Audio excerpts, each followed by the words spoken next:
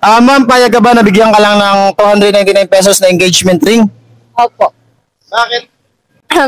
Hindi naman kasi magmamatter yung price sa pagmamahal. As long as mahal mo yung tao. Tatanggapin ko po yung mga bagay na ang mga bagay na kung ano lang po yung kaya niya. Okay, so kahit anong ibigay niya, tatanggapin mo. So, ganun ka magmahal. Sarap mo naman magmahal. Masasabi mo na kayari ka sa video. Tara, interview natin yung home credit, may taga home credit, ma'am. Payag ka ba, bibigyan ka lang ng 299 pesos na engagement ring? Payag ka? Hindi. Bakit? Hindi ako tatanggi. Siyempre, tatanggapin ko yun.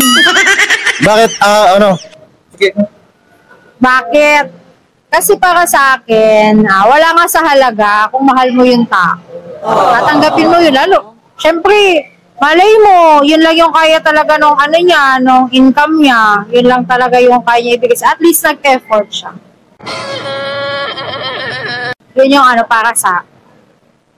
So, tatanggapin mo, no? Yes, tatanggapin ko. Masasabi niya lang na kaya di siya sa video. Mga bias sila.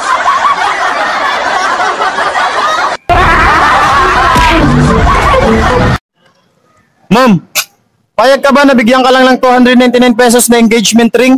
Siyempre, Bakit? kasi hindi naman nasusukat kung mura or mahal yung presyo na ibibigay sa'yo. Basta love, mahal talaga. Diba, sir? Para riyasin din sabat.